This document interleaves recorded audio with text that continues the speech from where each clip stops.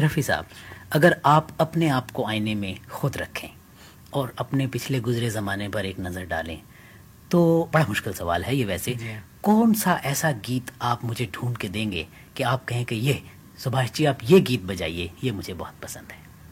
तो सुहानी रात ढल चुकी, न जाने तुम कब आओगे। रफ़ी साहब, बहुत अच्छा गीत है ये तो।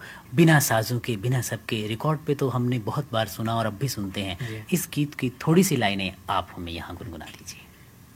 सुहानी रात ढल चुकी, ना जाने तुम कब आओगे।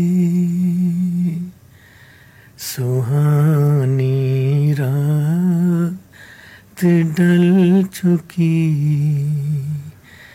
ना जाने तुम कब आओगे। जहाँ की रुत बदल चुकी,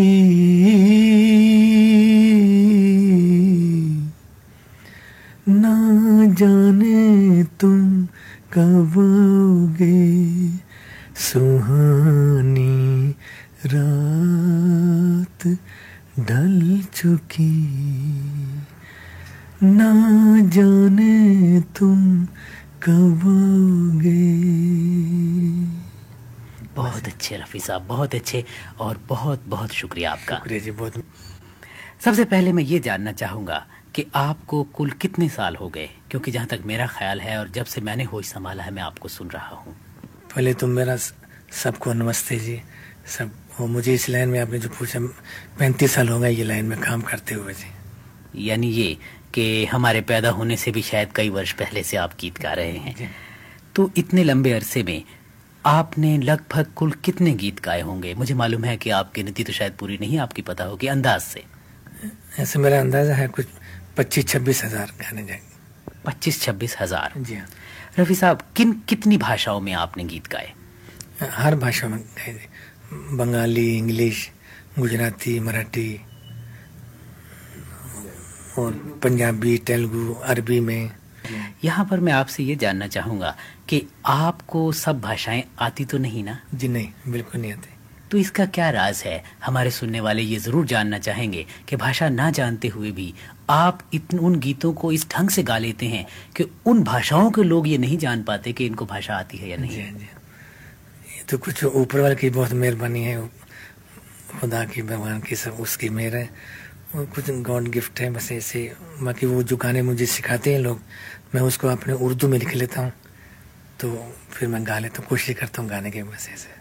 इसके लिए तो बहुत मेहनत करनी पड़ती होगी, क्योंकि मैं कुछ ज़ुबानें सीखी मैंने, तो उनका उच्चारण, उनका जो एक्सेंट है वो सारा जो बड़ा मुश्किल है, तो उसके लिए आपको काफ़ी मेहनत करनी पड़ती है। जी हाँ, जी हाँ, वो थोड़ी रिहर्सल ज़्यादा करनी पड़ती है। जी हाँ। रफ़ी साहब, भारत में भी ऐसे बहुत से कार्यक्रम होते हैं और यहाँ पर भी, दोनों जगह के जो ऑडियंस हैं उनमें आपने कोई फ़र्क पाया? फ़र्क काफ़ी, यहाँ के लोग भी बड़े खुश होते हैं। हम जब यहाँ इस तरफ आते हैं फ़ॉरेन में, तो बहुत बड़े प्यार से मिलते हैं। वो जैसे माल पड़ता है जैसे वो इंडिया में बैठे हुए हैं, ऐसा बहुत महसूस होता है जैसे अपने घर में बैठे हैं ऐसा, और बहुत प्यार मिलता है बहुत, वहाँ भी, इंडिया में भी, यहाँ भी। यहाँ तो और भी खुश होते हैं, क्योंकि जब प्रदेश से जो आदमी आता है तो बहुत खुश होता है। जी। रफ़ी साहब, आपने अभी बोला कि आपने 25-26 हज़ार गीत गाए, तो अचानक ही मैं आपको कहूँ कि ये गीत मालूम नहीं कितने साल पहले, तो एकदम आपको उसकी धुन याद आ जाएगी? जो गाना हिट होता है वो तो मुझे याद रहता है गाना एकदम। तो आप जब इतने गीत आपने गाए 25-26 हज़ार, तो औसतन मेरा ख्याल है कि औसतन साल में 1,000 के करीब गीत बैठता है, 500-900 हज़ार। लेकिन किसी वक्त शायद आपने जब बहुत गीत गाए तो एक साल में कई कई हज़ार गीत गाए होंगे। तो इतना काम करते वक्त, एक एक दिन में भी कई बार ज़्यादा गीत, तो उसमें क्या आपको बहुत रियाज करना पड़ता था, या कि एकदम ही कहा तो आप तभी गीत गा देते थे? ना, एकदम ही क्यों, काम करते करते काफ़ी टाइम हो गया मुझे, इतना एक्सपीरियंस भी हो गया। अभी तो ज़्यादा रिजल्ट करने की ज़रूरत भी नहीं पड़ती, वहाँ बस लिख लेते हैं रिकॉर्डिंग के ऊपर, बस लिखा गाना 2 मरतबा सुन लिया और रिकॉर्ड कर लिया बस। अच्छा रफ़ी साहब, मैं यहाँ आपसे ये पूछना चाहूँगा कि आपको ये संगीत का शौक़ बचपन में कहाँ से हुआ? आपने कोई शिक्षा, एजुकेशन इसकी ली, या आपको घर में ही इसकी शिक्षा मिली? एक तो मुझे शौक, मेरे को 12 साल की उम्र थी, तो हम गांव में रहते थे, अमृतसर के बाजू में एक गांव है, तो वहाँ एक फ़कीर आया करता था। वो सुबह यानी जो पैसा नहीं मांगते पैसा, तो गा के पैसा मांगते, तो वो मुझे उसकी आवाज़ अच्छी लगती थी, तो वो उसकी आवाज़ अच्छी, मैं उसके पीछे पीछे बहुत दूर जाता था। वो सुन के उस फ़कीर को, तो गाने का मुझे शौक पैदा हुआ था। आपको बचपन में कोई ऐसा गायक जिसने आपको बहुत ही आप पर इन्फ्लुएंस, प्रभाव डाला हो? उस टाइम पे ये गाने बजा करते थे सैगल साहब के, ऐसे उस टाइम में विद्यानाथ सेठ होते थे, तो ये इन लोगों के रिकॉर्ड, पंकज मलिक, इनके रिकॉर्ड सुन के मुझे बहुत अच्छे लगते थे ये भी ऐसे। लेकिन आपने कोई औपचारिक शिक्षा, कोई एजुकेशन ऐसे कॉलेज में, स्कूल में संगीत की नहीं ली? जी नहीं, मुझे वो गांव में छोटा सा स्कूल था, बस उसमें वैसे 1-2 जमात पढ़ी, बस ज़्यादा गाने का शौक था बस। रफ़ी साहब, पुराने गीतों में क्या खासियत है कि उन्हें हम जितनी बार सुने तो बार बार फिर सुनने को मन करता है, लेकिन नए गीतों में ये बात नहीं होती? पुराने गानों में क्या है, उसमें एक तो शायरी भी होती थी अच्छी, गानों के मतलब अच्छे निकलते थे, वो गाने में क्लासिकल टचेस, सुर अच्छे होते लगते थे, मेलोडी था जो भी, बस वो एकदम जिस्म के अंदर खूब जाते थे जो भी सुनता आदमी। आजकल के गाने में वो चीज़, रस नहीं रहा जैसे पहले था। रफ़ी साहब, यहाँ मैं आपसे एक सवाल ये पूछूंगा, आप भी इस बात को मानते हैं, मैं भी मानता हूँ, हमारे सुनने वाले भी मानते हैं, लगभग सभी लोग मानते हैं, अब आजकल वो गीत आते हैं, मुझको ठंड लग रही है, पासना, या ज्वाला, बदन में ज्वाला, ऐसे शब्द जो भी, तो फिल्मी गीत जो हैं इनका हमारी ज़िंदगी से सीधा ताल्लुक है। फिल्मी गीत वो हैं जो आम आदमी, आम बच्चा सड़कों पे गुनगुनाता है, यानी इसका हमारी ज़िंदगी से बिल्कुल सीधा ताल्लुक है, हमारे ऊपर असर पड़ता है इसका। तो क्या हमारी जिम्मेदारी नहीं हो जाती कि ऐसे गीत कम से कम हो? जी, बहुत कम होने चाहिए ऐसे गाने, तो बहुत फैमिली पे भी असर अच्छा नहीं होता है, अच्छे जो लोगों के ऊपर। जितनी शायरी अच्छी रहेगी उतनी अच्छा होता है, मतलब घर का माहौल भी अच्छा होता है।